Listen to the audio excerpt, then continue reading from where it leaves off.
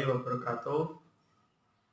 Saya Muhammad Fardi Yuda Pratama, NPM 182301004, Prodi PJKR dari Universitas PGRI Semarang. Kali ini saya akan membuat video untuk menjawab soal UTS dari Bu Utfi, matkul pemanduan bakat dan kepelatihan olahraga. Soal yang pertama, analisiskan materi berdasarkan kelompok masing-masing, meliputi kajian teori pada masing-masing submateri dan simpulkan. Jawabannya, kelompok saya kemarin membahas materi tentang dasar-dasar peningkatan komponen biometrik. Biometrik sendiri yaitu kemampuan gerak manusia yang dipengaruhi kondisi sistem-sistem organ dalam, diantaranya yaitu sistem neuromuskular, sistem pernafasan, sistem pencernaan, sistem peredaran darah, sistem energi, sistem tulang, sistem persendian.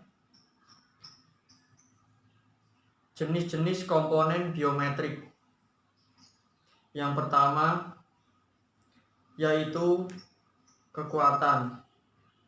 Kekuatan adalah kemampuan otot setelah tubuh untuk melakukan kontraksi atau tegangan maksimal dalam menerima beban, suatu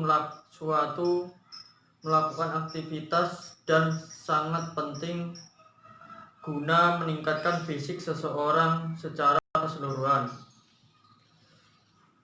Yang kedua, daya tahan atau endurance.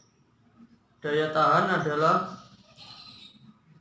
kemampuan tubuh dalam melakukan aktivitas dengan terus-menerus yang berlangsung cukup lama, dan juga keadaan atau kondisi tubuh yang mampu untuk bekerja dalam waktu yang lama tanpa mengalami kelelahan yang berlebihan setelah menyelesaikan pekerjaan.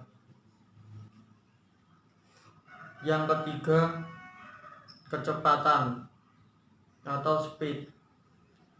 Kecepatan adalah kemampuan untuk mengerjakan sesuatu aktivitas berulang yang sama serta berkesinambungan dalam waktu yang sesingkat-singkatnya.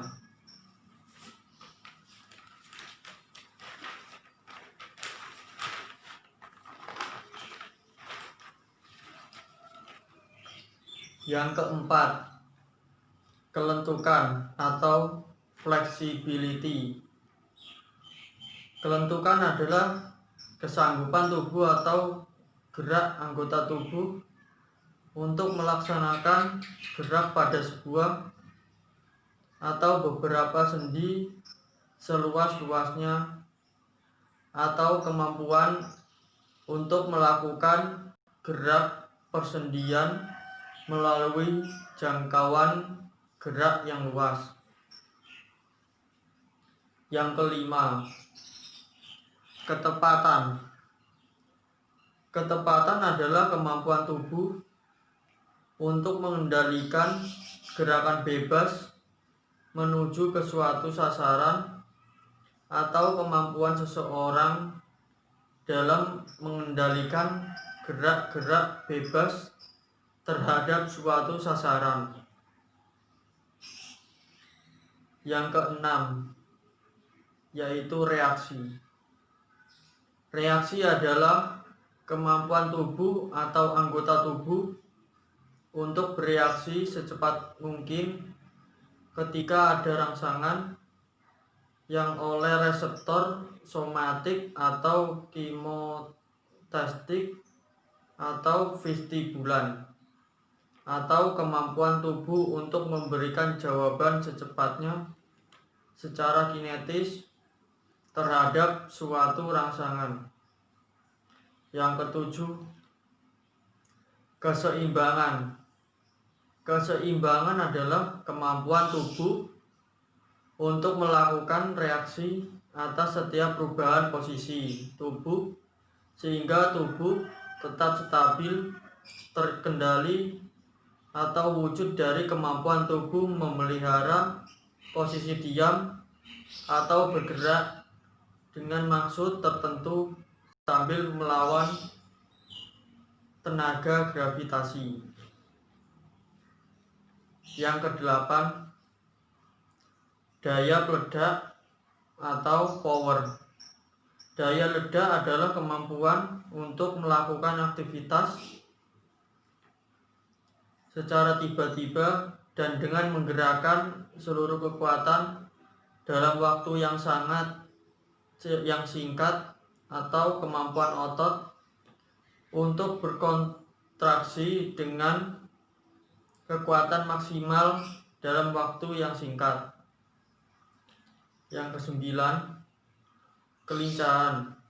Kelincahan adalah kemampuan tubuh atau bagian tubuh untuk mengubah arah gerak secara mendadak dalam kecepatan yang tinggi, atau kemampuan tubuh merubah arah gerakan ke segala arah dengan mudah dan cepat.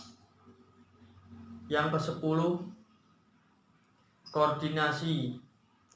Koordinasi adalah kemampuan tubuh untuk mengintegrasikan berbagai gerakan yang berbeda menjadi gerakan tunggal yang harmonis dan efektif. Kemampuan individu untuk mengintegrasikan macam-macam gerakan dalam pola-pola yang khusus. Peningkatan komponen biometrik. Seseorang yang memiliki daya tahan mempunyai arti memiliki kemampuan untuk melakukan kegiatan yang berat dalam waktu tertentu dan tidak merasakan kelelahan yang berlebihan. Oleh karena itu, daya tahan cenderung dihubungkan dengan kekuatan dalam olahraga aktivitas seperti contoh olahraga atletik. Power sangat diperlukan untuk melompati rintangan atau untuk melemparkan alat olahraga. Kesimpulannya, biometrik adalah kemampuan gerak manusia yang dipengaruhi oleh kondisi sistem organ dalam, yaitu sistem neuromuskular, sistem pernafasan, sistem pencernaan, sistem peredaran darah, sistem energi, sistem tulang, dan sistem persendian. Efisiensi pengaturan sistem tersebut diperoleh melalui latihan aerobik secara teratur. Seseorang yang memiliki daya tahan mempunyai arti kemampuan melakukan kegiatan yang berat dalam waktu tertentu dan tidak merasakan berlebihan. Oleh karena itu, daya tahan cenderung dihubungkan dengan kekuatan. Soal nomor 2. Prestasi olahraga negara Indonesia masih jauh dibandingkan dengan negara-negara lain yang dapat dilihat pada perhelatan Olimpiade atau bahkan tingkat Asia dalam perhelatan Asian Games 2018, di mana Indonesia menjadi tuan rumah dan menempatkan diri di peringkat 4 prestasi yang hanya diraih Indonesia cabang olahraga tertentu. Analisiskan fenomena yang terjadi melalui deskripsi tersebut di atas ditinjau dari sudut pandang pemanduan bakat yang ada di negara Indonesia saat ini. Jawabannya, faktor-faktor yang menyebabkan prestasi olahraga di Indonesia masih jauh dari negara lain yaitu 1. Profesi atlet tidak efektif bagi anak bangsa. 2. Olahraga tidak terbangun secara terintegrasi dengan sistem pendidikan. 3. Minimnya dana untuk pembinaan olahraga. 4. Bentuk optimalnya keterlibatan berbagai pihak, terutama pihak swasta dalam pembinaan olahraga. 5. Sarana dan prasarana minim. 6. Strategi peran dan prioritas pemerintah.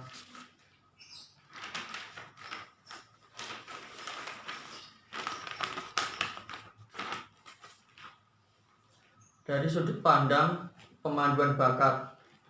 1. Kurangnya sekolah khusus buat atlet sehingga atlet masih bingung untuk memilih olahraga yang mengarahkan bakat atau minatnya yang cocok untuk perkembangan prestasi dirinya. 2. Sulit berkembangnya atlet untuk meraih prestasi puncaknya yang dikarenakan kurangnya arahan yang tepat dari pelatih. 3.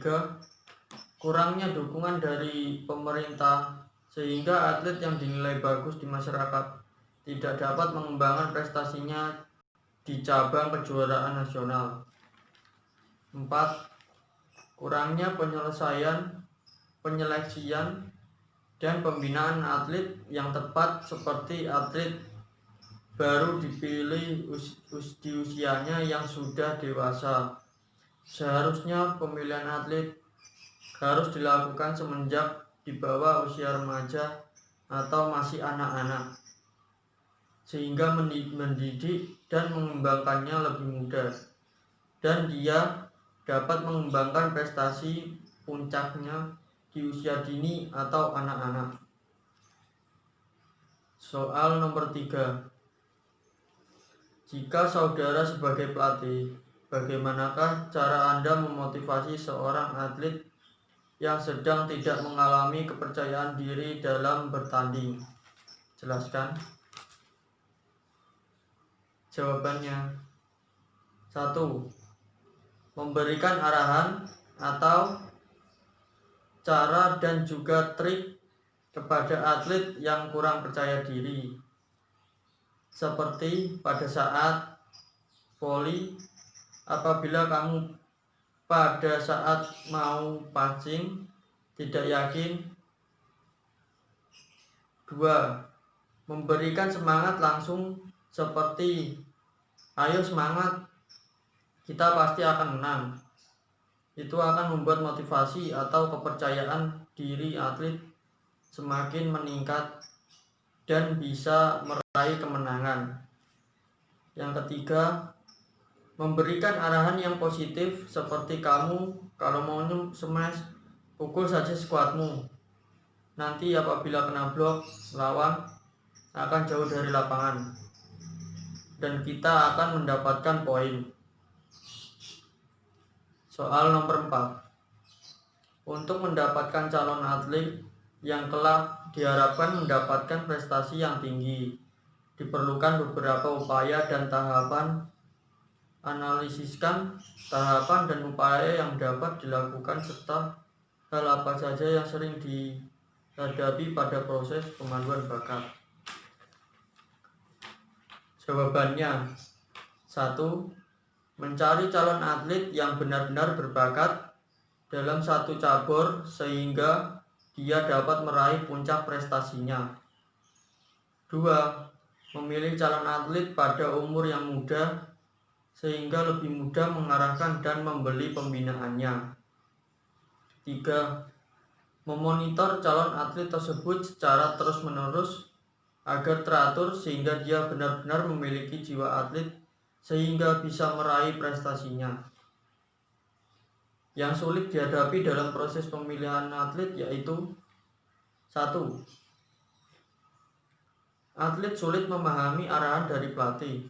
2. Tingkat emosional atlet yang sangat tinggi. 3. Atlet masih ragu untuk memilih salah satu cabur yang dia inginkan untuk meraih puncak prestasinya. Soal nomor 5. Dalam proses latihan, di dalamnya fase dalam latihan. Sebutkan dan jelaskan fase dalam latihan. Jawabannya: 1. Fase pemanasan. Fase pemanasan ialah merupakan fase yang dimana dalam fase ini menggunakan gerakan pemanasan. Gerakan pemanasan ialah merupakan gerakan yang sangat penting untuk dilakukan sebelum kita melakukan gerakan ke inti, tetapi terkadang banyak orang yang melalaikan dan mengakibatkan otot kaki cedera, frustasi, maupun tegang. 2. Fase inti. Fase inti merupakan fase yang dimana kita melakukan kegiatan senam irama yang harus dilakukan dengan teratur, sesuai dengan jadwal atau tempo irama model gerakan. Pada fase ini menyesuaikan gerakan yang ringan dengan gerakan pelan atau gerakan yang kuat. Fase pendinginan. Fase pendinginan ialah merupakan fase yang dimana fase ini menggunakan pendinginan. Gerakan pendinginan dalam fase ini harus tetap bergerak, tapi tidak cukup boleh membiarkan detak jantung secara berangsur-angsur.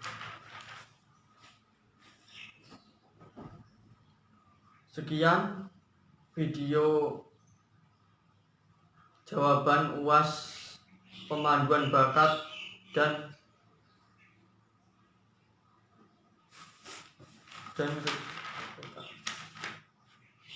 kepelatihan olahraga. Wassalamualaikum warahmatullahi wabarakatuh.